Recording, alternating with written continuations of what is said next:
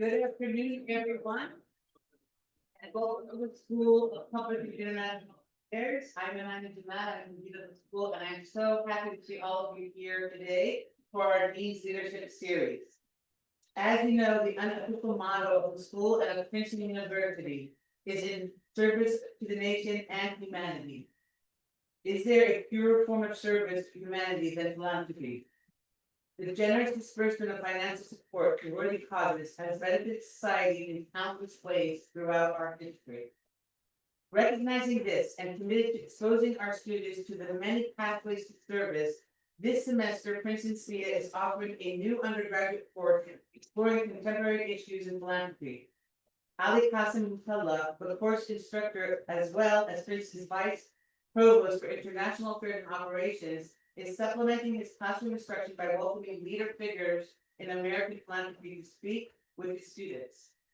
We are honored to have Ali's guest today as the Dean's Leadership Series speaker. Stephen Heintz has devoted his career to strengthening democratic culture and institutions to better serve citizens. His philanthropic approach is to leverage modest financial assets to trigger larger systemic changes on critical issues with he calls acupuncture philanthropy. Since 2001, Stephen has served as the president and chief executive officer of the Rockefeller Brothers Fund, a private family foundation that advances social change, contributing to a more just, sustainable, and peaceful world. Under his leadership, the RBF has helped lay the groundwork for the 2015 Iran nuclear deal and set a path for the Kosovo independence process, among other notable accomplishments. Before joining the RBF in 2001, Stephen co-founded and served as president of DEMOS, a public policy organization that works to reduce political and economic inequality and to broaden citizen engagement in American democracy. He also served as executive vice president and chief operating officer for the East-West Institute during the 1990s. Stephen is a fellow of the American Academy of Arts and Sciences and a member of the Council on Foreign Relations and the China Council for International Cooperation on Environment and Development. He chairs the board of the Quincy Institute and serves on the boards of the International Crisis Group and the Rockefeller Archive Center. Very busy portfolio as well. A few brief reminders before we begin. Please listen respectfully. With an open mind, remain calm and curious. And if you're inclined to engage with our speakers, please ask questions and don't give speeches. Challenge ideas, not people, and allow space for other voices. Thank you to Stephen Heintz for joining us and to everyone in attendance for today's event, which is made possible by the Rawson Leadership Fund and the Afghan Policy Lab. Thanks as well to Ali Qasim Mutalla, who will serve as a moderator. Ali and Stephen, the floor is yours. Thank you so much.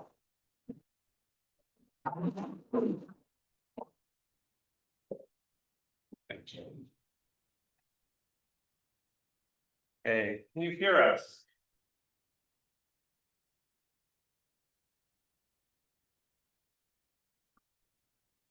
Okay.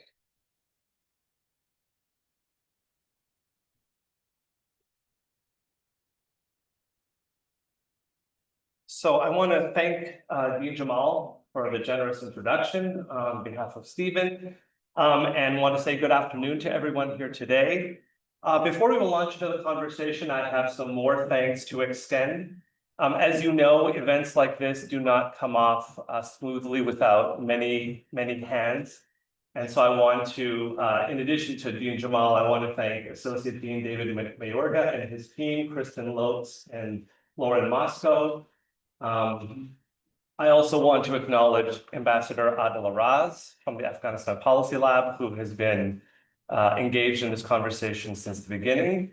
Idris Gairat, saw him somewhere here. There we go. Thank you very much. And also the tech crew that makes all of this possible. As Amani mentioned, Stephen is the penultimate speaker in our set of public speakers this semester. And I'm just going to make a quick plug for our final speaker before I turn to our conversation. Our final speaker is Sam Gill, who is president of the Doris Duke Foundation. Sam will be giving a public lecture next Tuesday at 4:30 p.m. in Bowl 001. And his topic is, do liberal democratic institutions as we know them have a future? Heavy and important topic, and I hope all of you will be able to join us as well. So turning now to Stephen, I'm so thankful to you for being here. We met a number of years ago, and it's wonderful to be able to welcome you to Princeton. In today's conversation, we're going to explore ideas from this recent essay. Are there copies of this available? We still have a box of these somewhere. They're out where the lunches were. They're where the lunch is. So hopefully on your way out, you'll be able to grab one of these. The topic is A Logic for the Future, International Relations in the Age of Turbulence. And we're going to talk through some of the key themes that are raised in this essay and connect them to some key issues of the day, including US-China relations, climate issues, potential reform of the UN, et cetera. So very much looking forward to getting into our conversation here. So, Stephen, I wanted to start at the beginning, well, maybe not the very beginning, but further back than this essay. And I'd love for you to share with us a little bit about how you came to be an internationalist, how this area of international relations, international diplomacy became an interest. Was there a mentor or a specific incident that kind of drew you into this career pathway? Well, thanks. I will get to that question in a minute, but I just want to say how delighted I am to be here and to see old friends and colleagues and to meet new friends and to see so many in the room who are interested in this conversation. I really am grateful to all of you, and especially Ambassador Adel-Raz, with whom I had the honor to work during the good years of Afghanistan's republic, and her husband, Mateen Bek. We tried very hard, and you two are such courageous and brilliant leaders, and your country benefited from your service enormously, and you are still the future of your country. So, you know, the answer to your question, Ali, actually goes back pretty close to the beginning. I was 10 years old in 1962, and the Cuban Missile Crisis was kind of a huge moment for me as a 10-year-old boy, because those of us who lived through that 2-week period know that it was a moment when there was real concern that we might be on the precipice of a nuclear disaster. And you couldn't get away from the news, of course, even though it wasn't as ubiquitous as it is on our phones 24/7 today. And I remember asking my father, who was a World War II veteran, we were outside the house and he was trimming some bushes. And I said, "Dad, is there going to be a war?" And his answer was, "I hope not, son." He couldn't say no. Mm-hmm. So that whole experience was really kind of the beginning for me. And then later on, as a high school student, of course, it was the Vietnam War. And then in the mentoring category that you mentioned, as a college senior at Yale, I was, you know, scrambling to find a senior thesis topic. I was studying diplomatic history. Scrambling to find a senior thesis topic that was supposed to be, of course, original research. And one morning, I got up, and on the front page of the Yale Daily News was a story about the fact that Chester Bowles had left his papers to the Yale Manuscripts Library. And Bowles had been a governor of Connecticut, a congressman from Connecticut. He was the Undersecretary of State to Dean Rusk in the first year of the Kennedy administration. And he served 2 tours as ambassador to India. And I knew that in that time in the Kennedy administration, he was a voice of dissent. Mm-hmm. He opposed the invasion of Cuba at the Bay of Pigs. He opposed the deepening involvement in Vietnam as a military involvement as opposed to a development involvement, and several other instances where he ran against the consensus policy of the new frontier of the Kennedy administration. And as a result, he was basically fired. He was given the post in India to kind of get him out of the State Department. So I thought he might make a very good subject, and I managed to get access to his papers, even though they were not open to research. And I had an extraordinary research experience. I interviewed Dean Rusk, and I interviewed Ted Sorensen and others in the Kennedy orbit, and then I interviewed Bowles himself. And he then, in the last 10 years of his life, became a very important mentor of mine. Okay. And I think as we talk about a logic for the future, maybe some of those elements have come through Absolutely. all these years later. Yeah. You know, in your essay, you ask us to trade yesterday's logic for the logic of the future. And I assume most of our audience has not had a chance yet to look at your essay. So I'll just say that you sort of map 12 elements of yesterday's logic and then identify, you know, what a future logic, kind of parallel logic would look like. And what I'd love for you to do is to maybe help the audience understand a little bit what kind of change in mindset or logic will it be necessary for current leaders or institutions to undertake to make that shift from that outdated logic, Cold War era and prior, and move to the future? What are the shifts that are going to be necessary to make that possible? And maybe outline just a little bit more about what you're arguing in terms of that shift in logic. Sure. So this monograph resulted from a sabbatical fellowship that I was granted at the Robert Bosch Academy in Berlin. And I was invited with a small cohort of other mid-career or late career leaders, including a few former heads of state, but there were 8 of us. And we were just given this opportunity to undertake a project of our design. Anything we wanted to do, they would support. And I decided this was a huge topic. It seemed kind of crazy to think about a new international system for the 21st century, but I had nothing to lose. And there was no publishing requirement. So even if I didn't come up with any ideas, I would have still had an extraordinary experience. So I decided, kind of inspired by something that Peter Drucker, the management consultant and theorist, had written in 1980. He wrote a book called Managing in Turbulent Times. And the core thesis of his book, which was actually written for corporate CEOs as the primary audience, but the core thesis was the real danger in times of turbulence is not actually the turbulence, it's acting with yesterday's logic. And that just strikes me as a brilliant summary of exactly where we are in global conditions today. We are living through extraordinary turbulence, and we can all enumerate the sources and the consequences of the turbulence. But in some ways, it's unprecedented turbulence and risk. And we are acting with yesterday's logic. We're falling back on the old ways of thinking and the old patterns of international relations. And as a result, we are creating greater risk of conflict, of climate catastrophe, of technological catastrophe.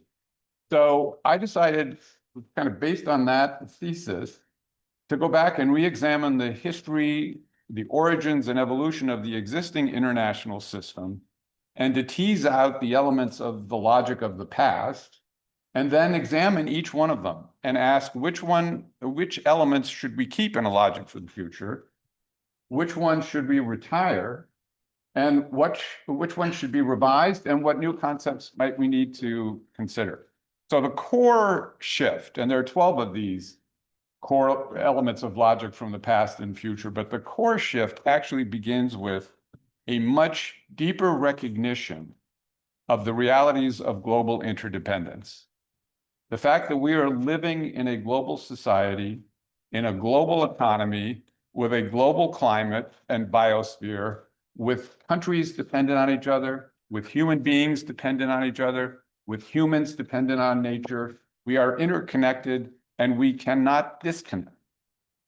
And trying to disconnect is going to only create more turbulence. So the fundamental shift is to think of how do we behave in an interdependent world with all those kinds of interdependencies. But then specifically, a couple of the big shifts are away from an obsessive focus on national sovereignty to a more nuanced focus on collective sovereignty or pooled sovereignty, of which there are several very important examples, like the European Union, in which 27 member states agreed to give up some of their national sovereignty in order to accrue the benefits of working together to solve public policy problems.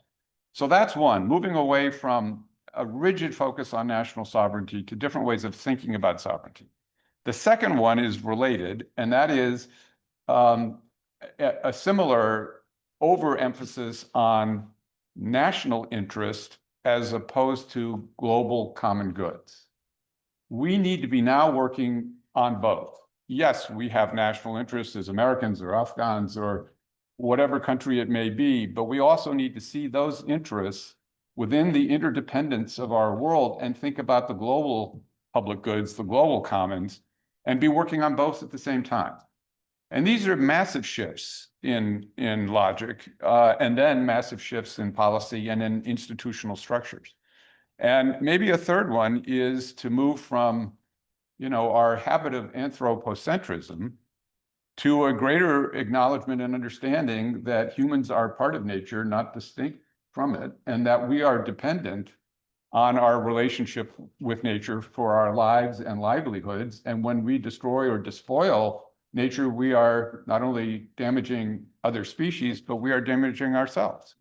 And we have to move away from that kind of anthropocentrism to a greater understanding of the entire community of life on the planet. So those are some of the examples. So I think probably a lot of us here sort of understand and can relate to what you're saying. You probably have an audience that is sympathetic to many of those moves. How do we make those moves in a world where the nation state has such primacy, and there's so many vested interests in the status quo?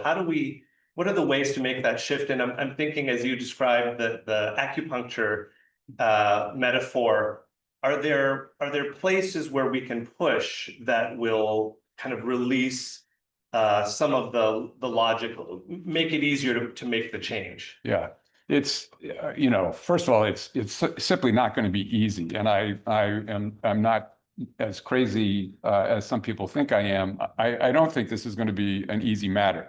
It's a massive project. But I quote Hannah Arendt in this paper, who said, "We are free to change the world and make something new in it," or something along those lines. And we are.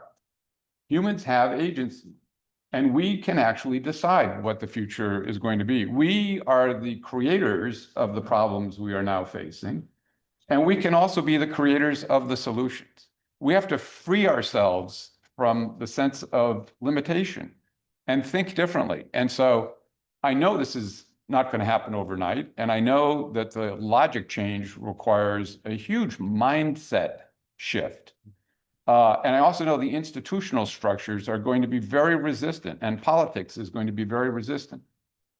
But in the context of acupuncture, universities are an important acupuncture node, because it has to start with thinking. And so if students are thinking in new ways about these challenges, and if students are looking to careers where they can make a contribution to build a new system and new ways of thinking and new ways of solving problems, that is a huge and important contribution. But that doesn't let the rest of us off the hook. We have to be working on this as well. And so a lot of us working with the UN system. So one of the uses of this paper was as one of the background documents for the UN Summit of the Future that occurred in 2023. And 2024. It was actually quite an audacious step on the part of the Secretary General to call for a Summit of the Future in which all 192 countries of the UN would negotiate a pact for the future and try to address some of these issues. Is it a flawed document? Of course it is. It's the result of a UN process of 192 nations negotiating, but it is a remarkable document nonetheless. And so, that is a place to start building from, because some of the ideas in that document are quite consistent with some of the ideas in my paper. And I, really a surprise to me, I was invited by the president of the General Assembly to give a talk to the General Assembly about the ideas in the paper. So it begins with ideas, it begins with organizing, it begins with advocacy, it begins step by step.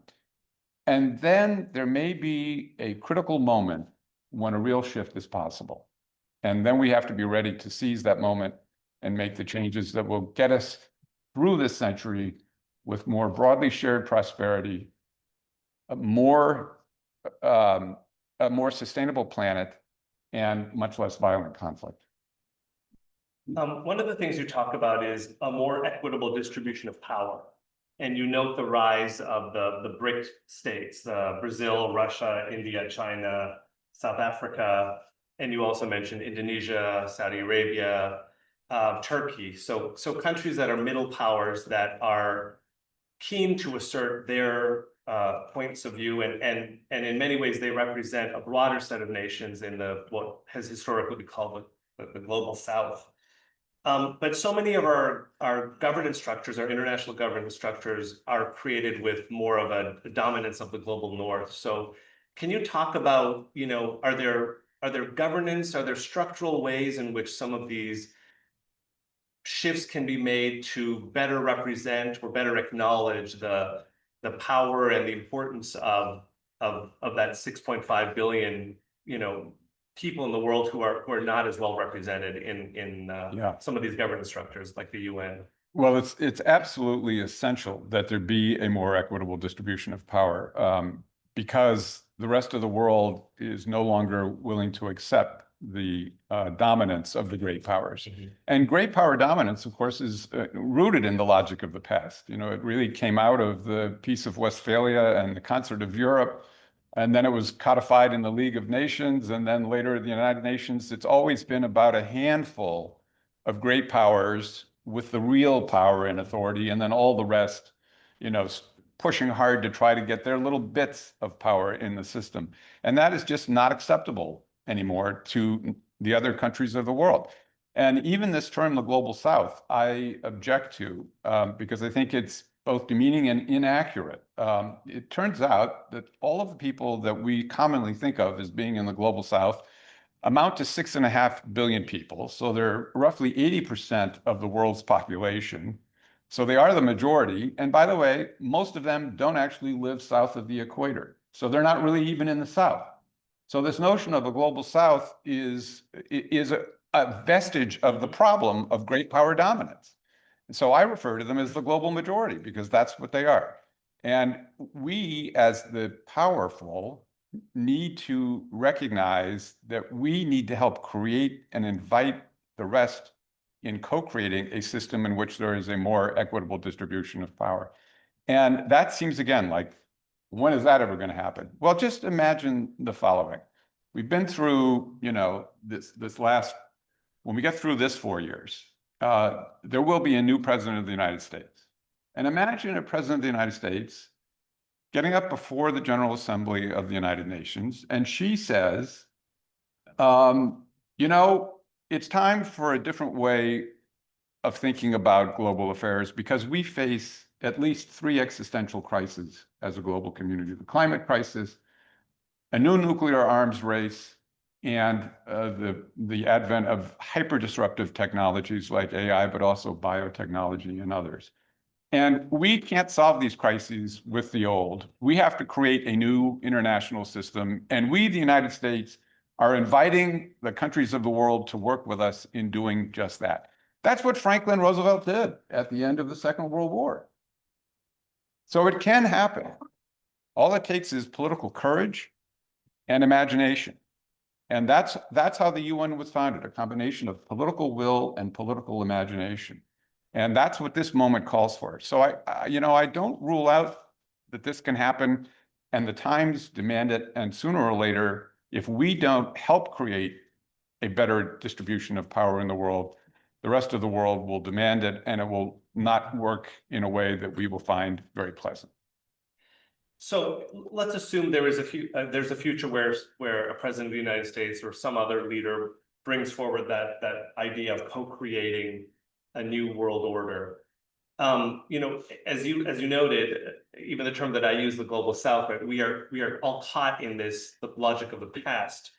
Help us to think about what that might look like. What are some examples of structures that might be feasible, but that would also provide much more engagement and visibility and power to the global majority? Yeah. Maybe you could talk about the UN Security Council, which you mentioned in here, but there may be other ideas that you have. Sure. So first, one set of ideas is about remaking the United Nations. And we all know that the United Nations, has become too political, too anachronistic, unable to actually address the major problems that it was actually designed to address, peace and security issues primarily. It does a lot of very good work in other ways, but on the peace and security agenda particularly, it has not lived up to its mandate. And it's because its design is anachronistic. So yes, there's a lot of work to remake the UN. And one of the things that's been very interesting in the work with the Summit of the Future, and also just talking to UN officials and permanent reps about the ideas in this paper and others, is that there is more interest in trying to resolve these questions today than there has been in a long time. And I'm working on a related project, which is called the Better Order Project.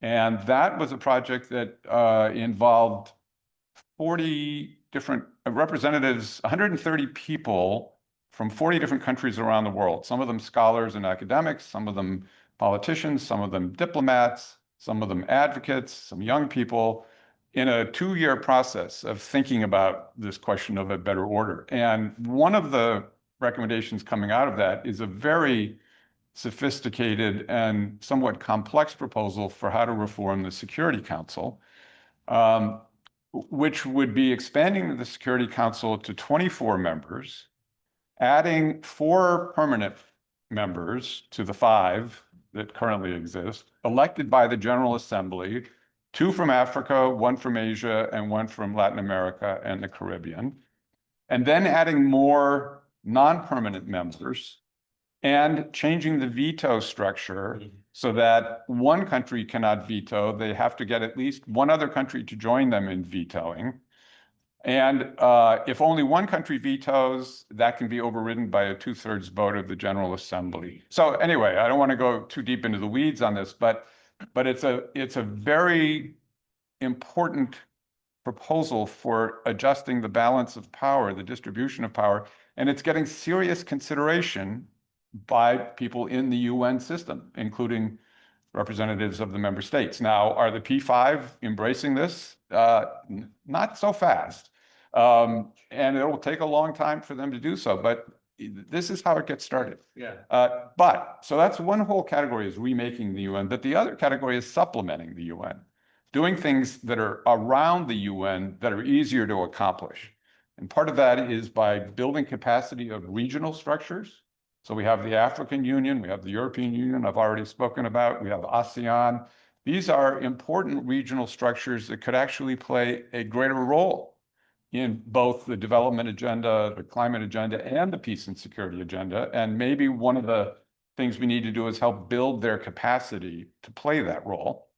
Another is to think more fluidly about what I call polylateral mechanisms, in which you engage governments and multilateral organizations, the private sector, and civil society, each contributing toward the solution of a problem or work on a problem. And this, just to give you a real example, was what happened in the Paris Climate COP in 2015. For the first time, governments, the private sector, and civil society all made commitments together to help address the climate crisis. And I think those kinds of arrangements are going to become much more valuable in the future, because none of these sectors can actually do this work alone. We need the capabilities and the assets and the talents of all 3 of the main sectors: government, business, and civil society, working together toward the goals of solving these problems.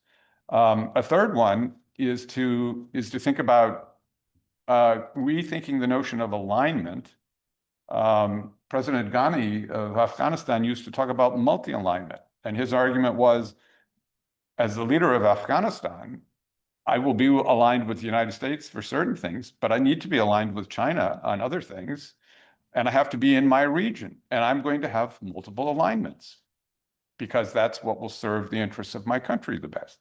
And I think we have to be open to that. India is another example of a country that is pursuing multiple kinds of alignments. And some of them will be long-term, some of them will be short-term.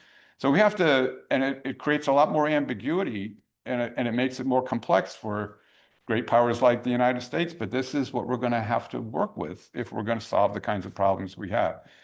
One last example, and this is one for philanthropy, in the category of supplementing the United Nations, I have two examples from my own work at the Rockefeller Brothers Fund, where we have made grants to create capacity that the UN did not have at a moment when they really needed it. So the first one was when Kofi Annan nominated or appointed the former president of Finland, Martti Ahtisaari, to be the negotiator of the quote unquote final status of Serbia and Kosovo. And Ahtisaari wanted to get right to work. This was in 2005, 2006. And because of the bureaucracy of the UN, he had no budget. And so he couldn't get to work, because it was going to take, through the fifth committee of the UN, which manages the budget, it was going to take 6 or 9 months to get a budget approved so he could actually go to work. So he came to me and said, can you help? And I said, of course we can help. So we made a grant to an NGO that then worked with him so that paid his travel expenses and paid his staff so he could get on the ground in Serbia and Kosovo and begin the process. The second time was more recent, when the Undersecretary for Humanitarian Affairs was actually trying to negotiate humanitarian assistance to Afghanistan, as well as in the Sahel and Eastern Africa, with non-state actors that he needed to negotiate with in order to get humanitarian assistance to the people in need. And because of the UN system, he was unable to have those negotiations. He wanted to hire a consultant who was a very experienced diplomat working in those kinds of environments and couldn't do it. So again, we made a grant to an international NGO, Search for Common Ground.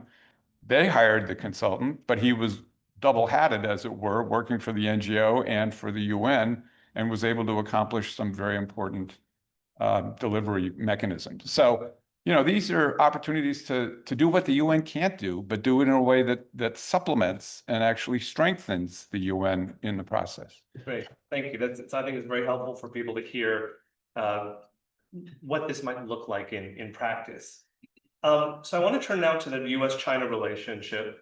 And obviously the headlines are always filled with talk about tariffs and sanctions, and also sometimes conversations about productive trade talks. In your memo here, in your monograph, you propose a standing US-China Secretariat to stabilize cooperation between the two countries and sharing risks. Can you talk a little bit about what that might look like and what kinds of topics or issues it might be able to deal with? If something was set up this year, what could it get to work on in the next 6-12 months? We were talking with some students before this event, and this question of China came up as well. I've been going to China for 46 years. I went in 1979 on my first visit, shortly after, literally months after, the normalization of US-China relations. And I was just there last week. And as the dean mentioned, I serve on a Chinese government international advisory body on environment and development, and I've been doing that since 2007. And I believe, like many others, that the US-China bilateral relationship is the most consequential bilateral relationship of this century. As that relationship goes, so will go this century. And it is a relationship that is very, very complex. It is both competitive, in some ways it remains cooperative, but it also risks becoming conflictual. And to manage that kind of complex relationship between two very, very large, very powerful, and very complex countries requires continuous communication, real care, real listening, and deep, deep engagement. And it doesn't work well when it is episodic. And in the last few years, we've seen a lot of episodic engagement. There were periods when high-level talks were taking place between US Treasury Secretary and the Minister of Finance.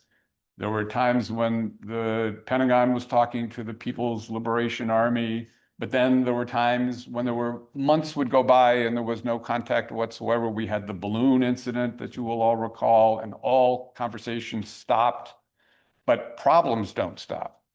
And so the idea of creating this permanent secretariat is to say, let's, in a neutral location, Geneva, Singapore, there are plenty of places, let's have each government second people from the key ministries, foreign ministry, the finance ministry, the treasury, the military, the same in the US, maybe the environmental ministries, and have them literally working together on a day-to-day basis. And the purpose of that is to develop new ideas, to educate each other, to understand each country's motivations, aspirations, ambitions, and red lines, and to listen carefully and learn and to test out ideas and to be communicating all of that back to Beijing and Washington on a regular, continuous basis in a quiet location. Because I think that's the kind of relationship management that this consequential relationship really demands. And that could happen. That could happen very quickly. It just takes the two governments deciding to do it. Now, what would be an immediate utility of this facility? Well, so we apparently have some kind of a deal on rare earth minerals that President Xi Jinping and President Trump recently negotiated. But what we also know is, because both sides have said it, that there's a whole lot of lack of detail underneath that top-level agreement. And it also gets to the tariff question and so many other questions. And so what could this secretariat be working on right now? The details. You know, let's sit down and hammer out the details, not by flying in and dealing with jet lag, you know, going to Beijing or Washington, in a place where we're working with each other every day and developing the ideas that then go back to Beijing and Washington for the top-level negotiations that need to happen. I'm conscious of time and I want to make sure we leave time for the audience to ask questions. So I'm going to ask just a couple more questions. One is to bring the conversation back to Princeton. And you mentioned this in this conversation, but also in our earlier conversation, this idea about taking a new approach to diplomacy and maybe an increased investment in diplomats. So, you know, here at Princeton, we train early career and mid-career public servants, future diplomats, some of whom I assume are here in the room today. Pardon me? Hopefully. Yes, hopefully. Exactly. Future diplomats. Yeah. Current pieces, absolutely. What would you recommend that we do to shift the training for this cohort of diplomats so that they are better positioned to enact this logic for the future? Well, first, I think one of the things that has to be part of the logic of the future is a diplomatic surge. We need to be investing in diplomacy, and we need the best and the brightest people on this campus to want to undertake careers in diplomacy.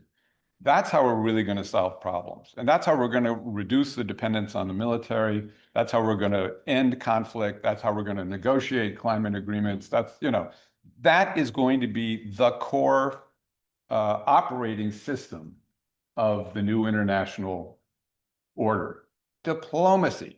And in fact, we are underinvesting in diplomacy, and we are reducing investments in diplomacy and in foreign development assistance, as you all know. So we're going, you know, we're really going back in logic instead of forward in logic. But the second part is that while we invest in a diplomatic surge by training, recruiting, and deploying a whole new generation of diplomats, we do need to help train them to think differently. We need to train them to think in the logic of the future. And one of the ideas that I proposed in this monograph that the dean and I were talking about that I'm very excited that she was excited about is the possibility of developing a global diplomacy curriculum for schools like SPIA and other international relations schools and diplomatic academies across the world to teach at the same time.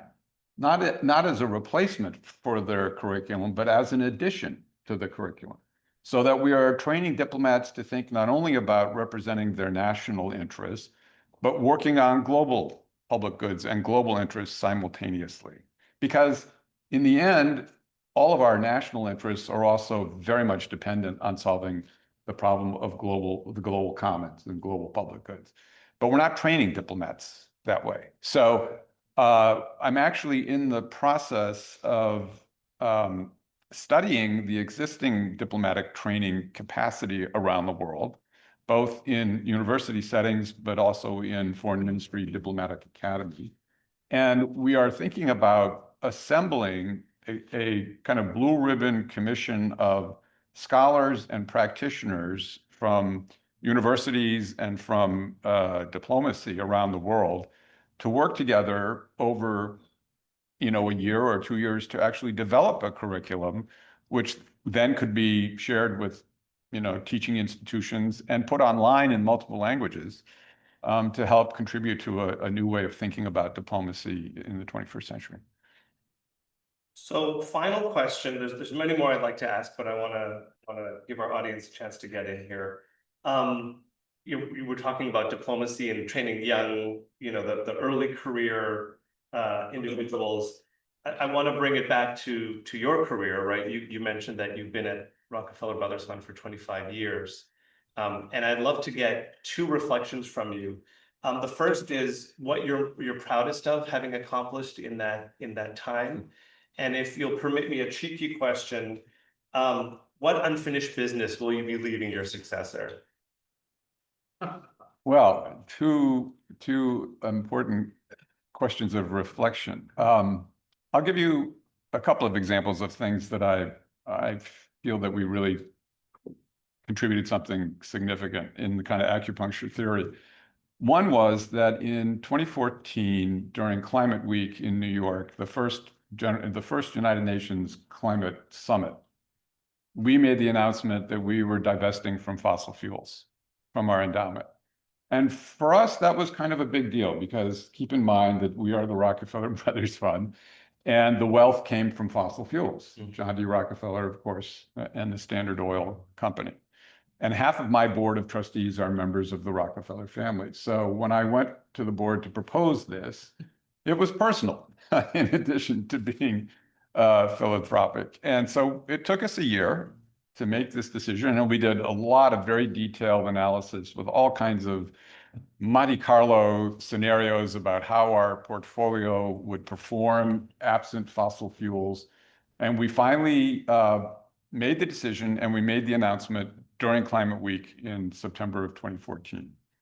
And I knew it was a big announcement, but I had no idea how big an announcement it really was. And it wasn't because of the value of our portfolio, which was nothing in the global economy. It was the symbolism of the Rockefellers saying fossil fuels are no longer acceptable.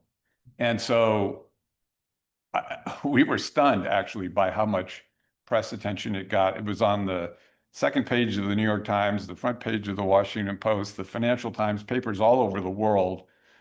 One journalist called me and said, "I've never seen a story like this unless it was a scandal." And people, and it was symbolic, but symbols really do matter. They motivate people and they inspire people. And 2 things happened as a result of this decision. One, we started getting calls from investment fund managers who said to us, "We are thinking about creating a fossil fuel free fund, and would you invest in it?" And we said, well, we would certainly consider it. And so literally one fund manager from Brazil made one of those calls to me. And a few weeks later, he sent me the prospectus and we went through all the due diligence and we invested in that fund. And that wasn't the only example. So that was one. The second was that it inspired a lot of other endowments to start thinking about divesting from fossil fuels. And what started out as something with about $50 billion of assets under management being divested from fossil fuels in that period. Today, it's in the trillions of dollars, because pension funds, large sovereign wealth funds, universities, other foundation endowments have joined this divestment movement, and it really has become something. So that's one example that I am quite proud of.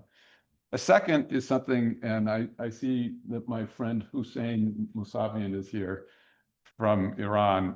We became very active in US-Iran relations, and we organized a Track 2 process starting in 2002 between very senior, very experienced American former diplomats who had served both Republican and Democratic administration, and senior leaders from Iran who met very, very privately, as you can understand, over a long period of years, and really helped lay the groundwork for the nuclear agreement of 2015. And Hossein has been a partner in this work all these years, and we've been very happy to support his work here at Princeton because of the enormous value he brings to the questions of nuclear issues, the US-Iran nuclear relationship, and the future of nuclear power in the Gulf region.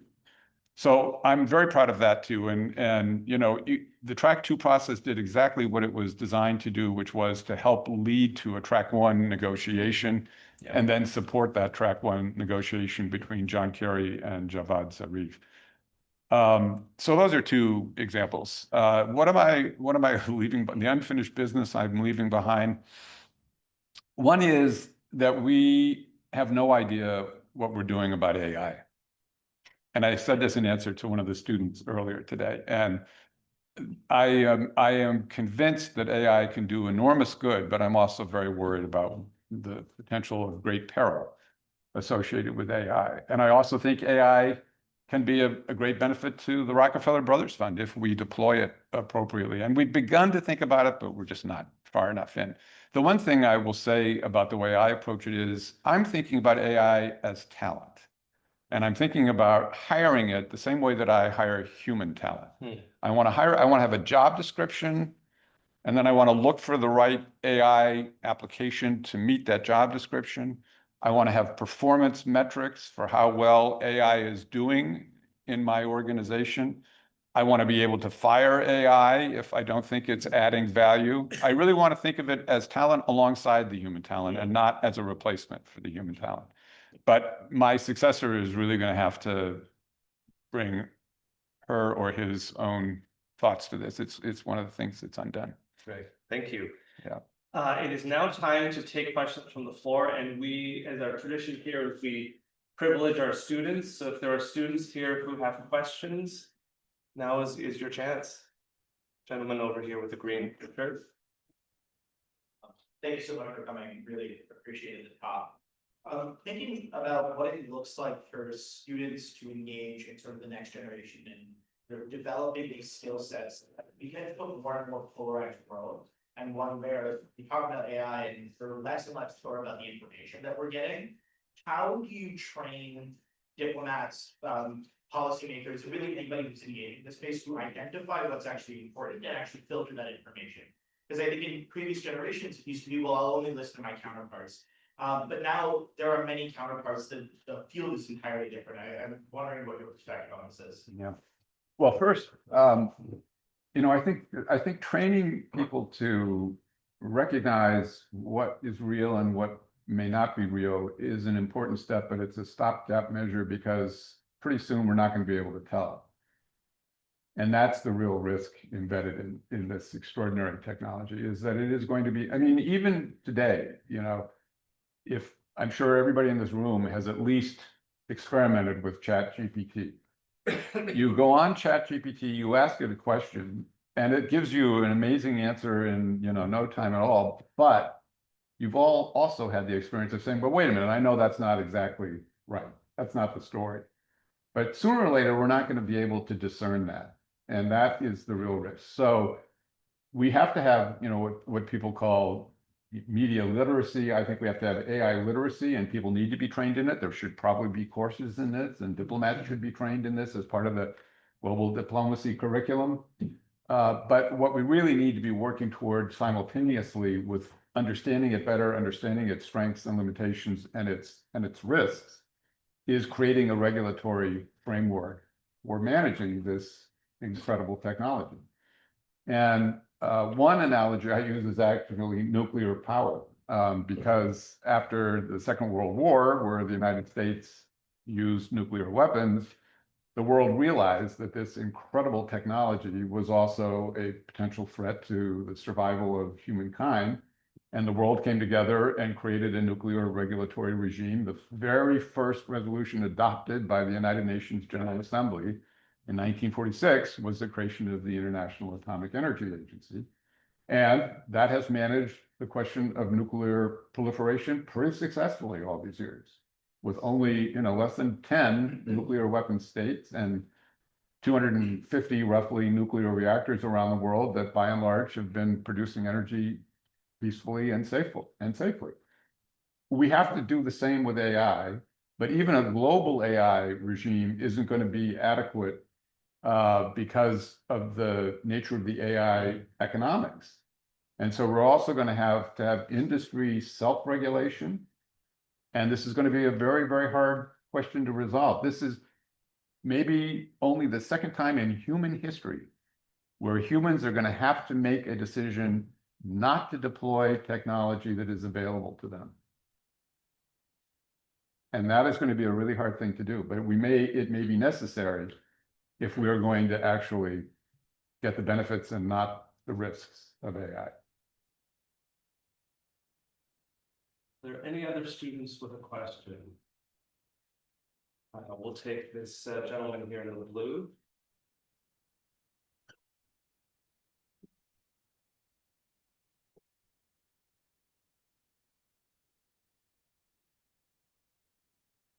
Thanks so much again for coming. My question has to do with the near term. I know that a lot of this is aspirational and longer term thinking. I'm wondering if you have any thoughts on how to have US voters buy into some of this. I personally agree with a lot of the sentiment and a lot of the policy prescriptions, but it seems to me, especially around climate change, that communities in this country maybe are not as on board. Do you have any advice or thoughts for policymakers or leaders who are trying to convince voters that this should be the direction forward? Thank you. Thank you. I think a lot of this work actually has to be bottom-up work.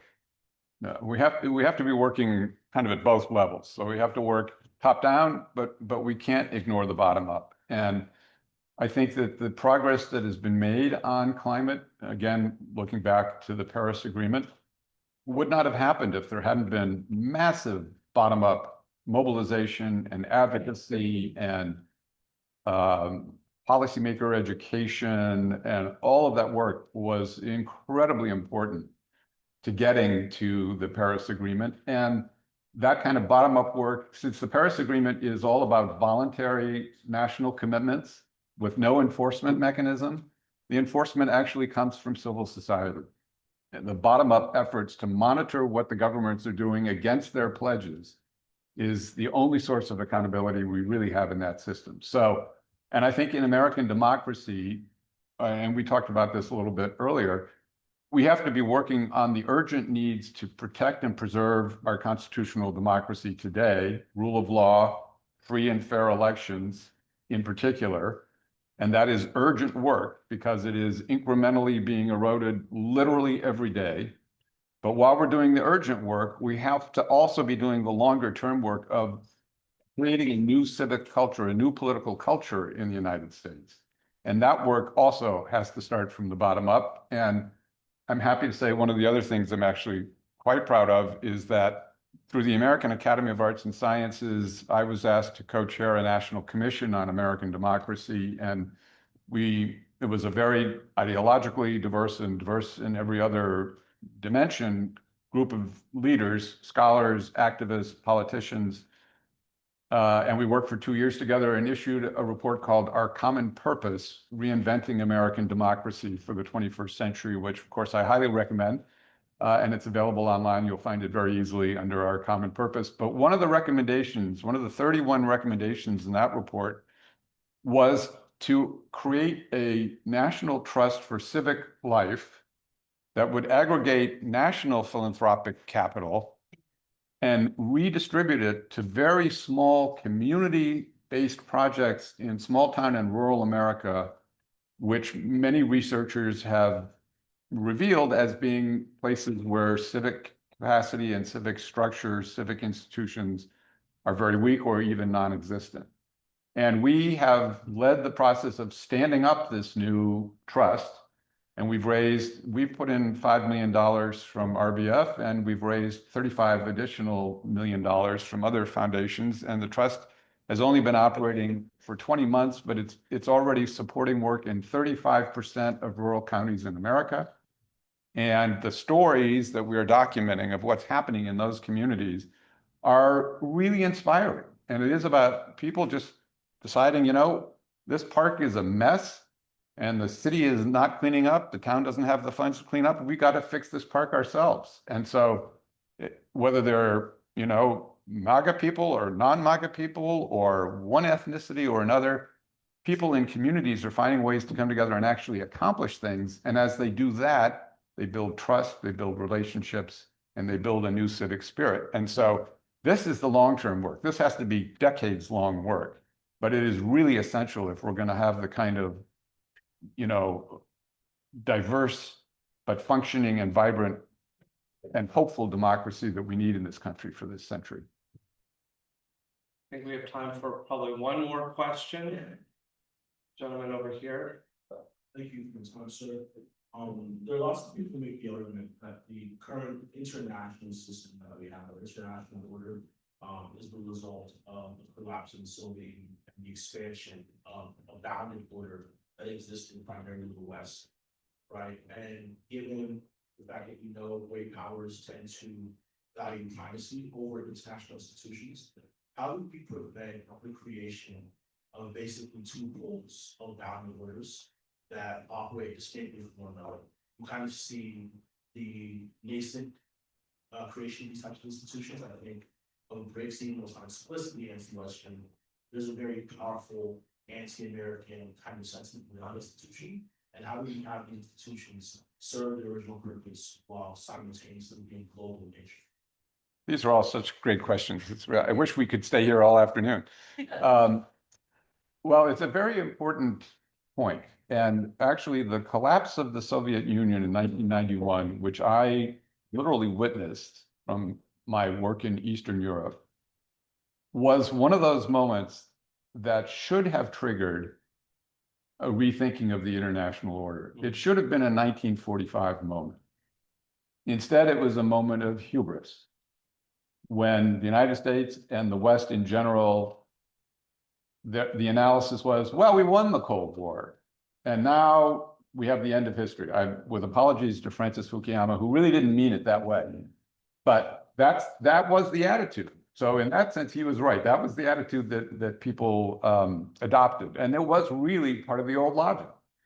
And as a result, we've reinforced a sense of division in the world, as opposed to rethinking how do we create more social cohesion in the world. So that was a missed opportunity. And I quote in this paper Michael Doyle, a historian at Columbia, who studied this whole period very closely and said it was a failure of imagination. And I think that's exactly right. And as a result, what we did do was to kind of reinforce the sense of polarity in the world, reinforce the sense of division, and reinforce the sense of great power dominance, especially the United States, I'm sorry to say, because there was that unipolar period when the United States was the undisputed hegemon. But how did we use that hegemonic influence and power? We used it in a way that reinforced the sense of division in the world, as opposed to building a new order of social cohesion. So that was a real missed opportunity. Now, as part of this notion of a redistribution of power in the world, I actually think that the BRICS and the regional organizations are very important, because they are expressions of the challenge to great power dominance. And they are efforts to aggregate power in certain fields for certain purposes by other countries who say, we don't want to be part of this great power thing. We want to actually work together to solve problems that affect us in our regions or in the kind of groupings that we belong to. And I think we shouldn't be rejecting that, we should be embracing it. And I felt the same way in my mentor. Ali asked me about a mentor, and Chester Bowles that I spoke of earlier in the 1960s was one of the foreign policy leaders who actually looked at the non-aligned movement as a positive contribution to global affairs, not a threat. And I think that's how we should be looking at the BRICS and these other clusters and regional associations. And we should be working with them to help them contribute to global problem solving, as opposed to trying to undermine them, which is only going to cause more resentment and more frustration and more division.